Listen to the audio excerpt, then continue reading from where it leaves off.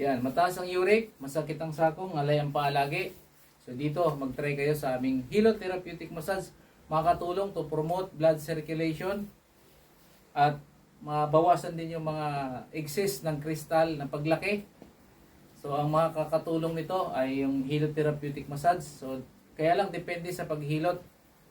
Kung gusto niyo mag-try dito sa akin para malalaman nyo kung ano yung pagbabago sa nahilot tsaka sa hindi nahilot. Lalo na to, ito, yan. Yan, boss. Yan, kuya, yan. Yan. Kuya!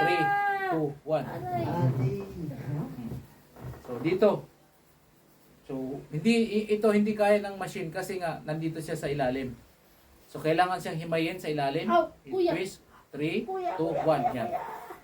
So, masakit siya pero, boss, galaw. Sagad. Kaliwa, kanan. Kumusta ang pakiramdam? Ha? Masakit. Masarap na masakit. Masarap na masakit. Kumusta yung pakiramdam mo itong buong paa ngayon?